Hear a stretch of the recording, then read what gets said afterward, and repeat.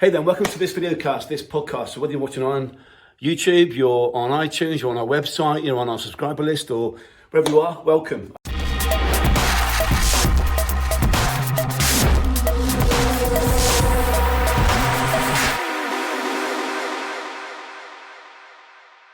We're at recruitmentmarketinginternational.com, recruitmentmarketinginternational.com. My name's Andy Whitehead. So on this short session today, I want to cover niche. Now I've touched on it on some recent videos, but a question we're getting asked in LinkedIn, in our inbox, is around niche. Should I change niche? So first off, I must say, without knowing your current position, without knowing the assets you have, by assets I mean it could be positioning, it could be data, it could be website, it could be podcast, it could be webinars, it could be team, it could be virtual, it could be commissioning recruiters, it could be automated campaigns. Without knowing your history, I can't give you a personal direction. So let me just take this at the level of a helicopter, okay? So should I change niche? So here's the thing, massive question. So in our business, in our recruitment search business, we make a decision now, even a small decision, take it out by 5 degrees, 1 year, 2 years, 3 years, 5 years, completely different destination, different country. Now, niche, so literally going a 90 degree, take it out by 1 month, 1 year, completely different, other side of the world, okay? So we're talking about something pretty big here. So let me give you 2 examples that will maybe give you a little bit of context. If you want to talk about this personally, happy to jump on a call, you can go through this personally. However, let me give you 2 examples. So we're in this world right now, this quote, new normal. And we've got to take the cards we've been dealt and get to the outcome we want to achieve. You know, we can't spend too much time in a pity party. And I'm sure we've all gone through weeks of doing that. But at some point, we've got to say, right, I've got these cards. How do I deal with them? Now it's game time. So with that said, if we're taking that view, now it's a case of, right, dusting myself down. And when I'm operating in the business, I'm on fire. I'm on the game. So I've got less time in the business. So I've got to make sure it's focused. So let's take 2 examples here. One example is a member of mine. And this member, Mark, really cool guy. When COVID started, he was in a legacy niche. What I mean by that was let's just say a fossil fuel sort of area, that sort of niche, okay? And it's got hit pretty hard. So one of the things we did when COVID started, we said the word. When it started, we created a new strategy every week and we tested it with our members over the following 10 days. Then we released it to our entire membership group, okay? And so we had to come up with these new strategies. And one of the things that we and you have seen is this: you don't know when the job's coming on the market, or indeed, you may have been promised a job, you may have T&C signed, but budget's being held back, or the project's being put back until X milestone, until the economy rights itself, until whatever, okay? So one of the things we wanted to do was identify who's hiring or who's going to be hiring. But we wanted to do that in under the radar way. So what Mark did, we created a template for this, and Mark sent out his template 500 times. We got 80 one-to-ones, okay? 80 one-to-ones. So the 500 prospective clients got 80 one-to-ones. Why am I sharing that with you? Really 2 things. One is, if you think that you're in this world right now and it's all over, it's not. We need to be always ahead of the curve. That's what I'm very good at. That doesn't come from ego, it comes from 20 years of proof. So we've got to make sure we're creating strategies ahead of the curve. Mark took this strategy and got 80 one-to-ones out of 500 messages going out. So 500 prospective clients got 80 one-to-ones. So on the call, there's a framework for the call itself, but one of the things on the call we were doing in sort of under the radar fashion was finding out, are they hiring? When are they hiring? Let's get a T&C signed, etc. Okay. So I'll give you that first of all. This. So we created a new strategy. Mark took it and ran with it. 80 one-to-ones, fab. So you learn a lesson from that. It's not lost. So Mark went through his process, but then after these 80 one-to-ones, it was a case of, you know what? I think this niche is, we might be fucked.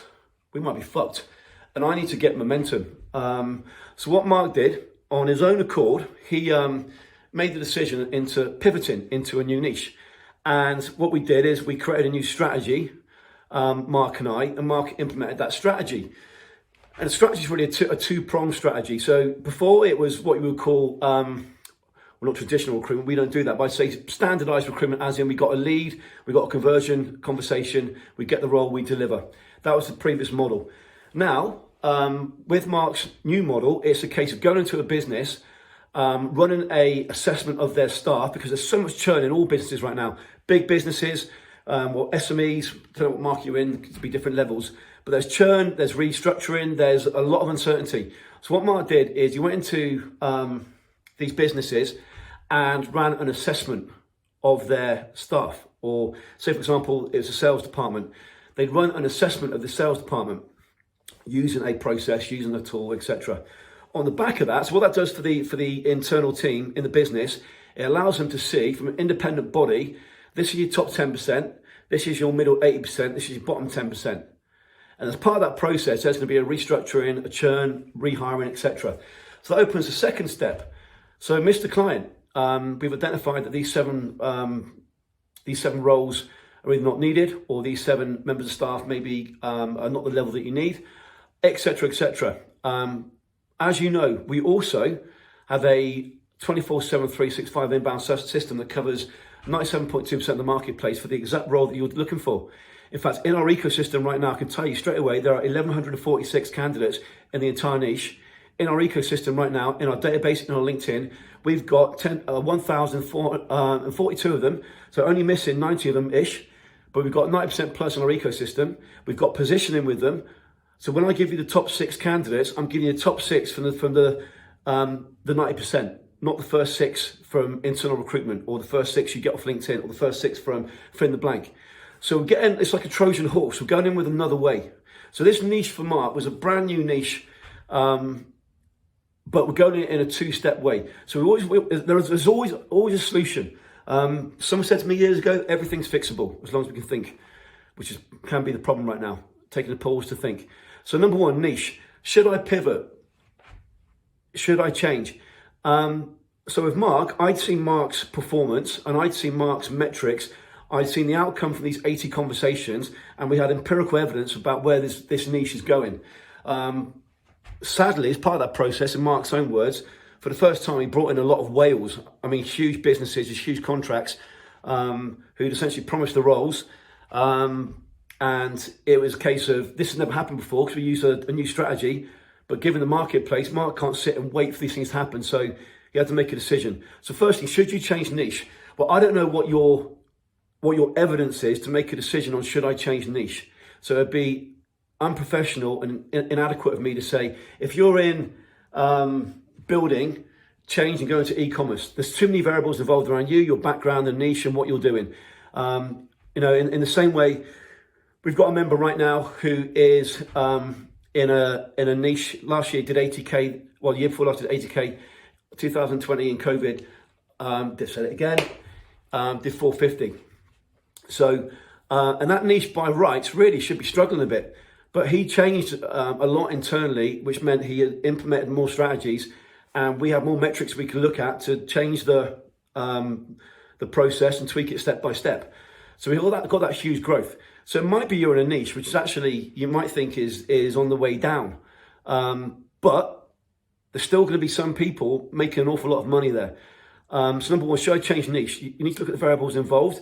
That means you need to get empirical evidence. So in this case with Mark, we had 80 conversations with prospects, and that then made the decision point in terms of going to a new niche. Secondly, you may have already said, Andy, fuck it, I'm going to a new niche. I'm doing it. And we're human beings and we're entrepreneurs, and by nature, you're probably a little bit erratic. You're probably not the most organized person in the world. You may be a bit up and down at times. You've got big dreams, and when it's going tough, you feel a failure, but you're never going to give up. That's what an entrepreneur does, and how often we think. So you may have already made the jump. So what can you do if you made the jump? It's never too late to jump back, first of all, just to know that. So one of the things you want to be aware of is this. Say you've been in, let's say you've been in construction for 20 years, okay? In construction for 20 years, and your particular niche in construction is now, you perceive to be dead. So you have 20 years of experience, and you get these inbound referrals happening every so often, enough to pay the bills and keep ticking over. On the flip side, you know that smart city is a thing. These, if you've done your research on smart, what's going to happen?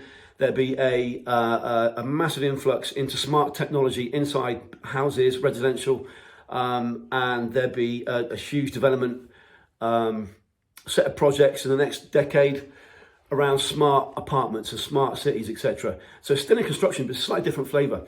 So say you're going into that. So what could you do? Well, the simple advice would be this. Again, I don't know who you are. I don't know whether you're in survive mode, whether you're about to get into dominate mode. I don't know who you are. But a sensible thing to do would be the following, if you've already made that jump. On your website, because what will happen is when you run a campaign, and hopefully you're using automated campaigns and not cold calling, or just sit on LinkedIn and hitting hoping. But anyway, when you run a campaign to a cold prospect, they do two things on most niches. So if you're in the States, Canada, UK, Australia, definitely do these two things. If you're in Germany, it'd be Zing, etc. But anyway, they're going to check out your website for anywhere from 15 seconds to maybe maximum 3 minutes, depending on your niche. So 15 seconds to 3 minutes on your website. They're going to check your LinkedIn. So on your website and your LinkedIn, I'd break it into two parts.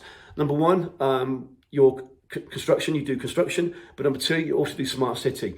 So if you're focusing all your time on smart city now, moving forward, but you're still getting referrals coming in, and that may be what's paying the bills, just know that your prospect's going to run a sanity check on you without you even knowing. So if you say, if I think about what we do, so if we run an automated campaign, so if a member coming in, brand new niche, starting from scratch, brand new business, been working for the recruitment business now for someone else for 10 years, say, screw that, I'm starting up now.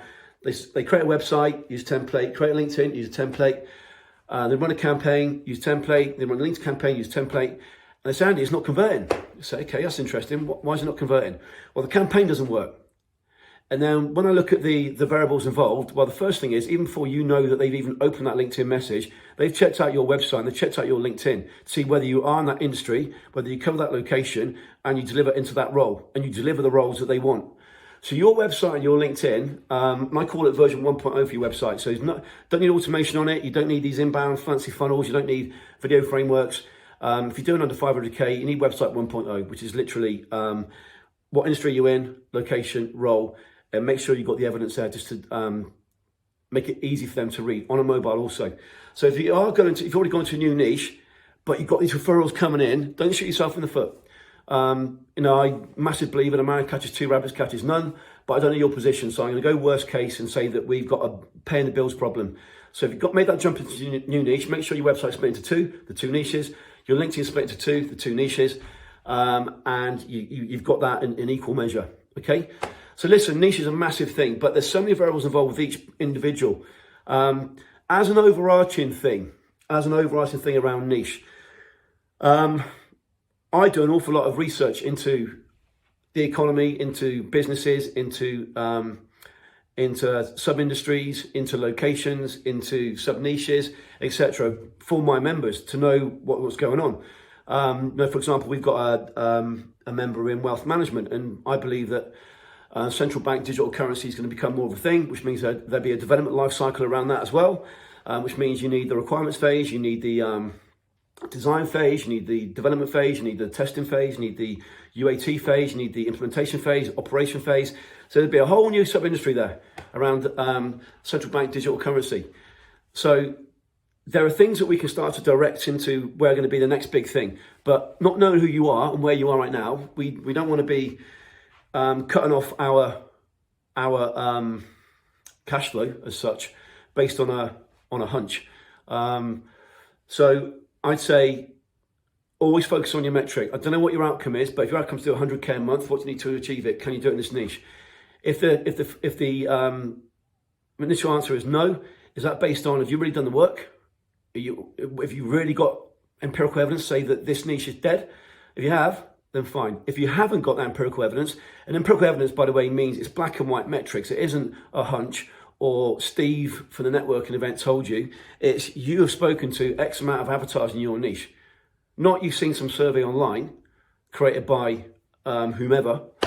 You've got evidence for your niche, your candidate, at your level, in your area, okay? So get your own evidence in place.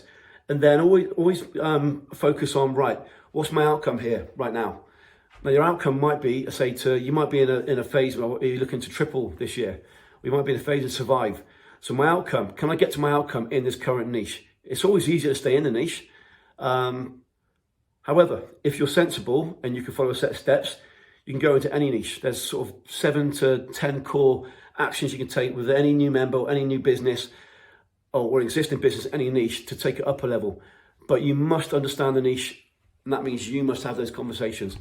So listen, with that said, if you'd like to speak to us, speak to me. If you go to recruitmentmarketinginternational.com/meet, recruitmentmarketinginternational.com/meet, MEET, scheduling the time there, and love to know a bit more about your niche. But again, take a step back and think about, right, why am I thinking about this change? Or what do I need to do to make this, to hit my metrics in this current niche? And at what point do I make a decision to open up another angle? But remember, this one decision, take it out 5 degrees, 10 degrees, 1 year, 2 years, 3 years, 5 years, different destination. Anyway, Godspeed, hang in there.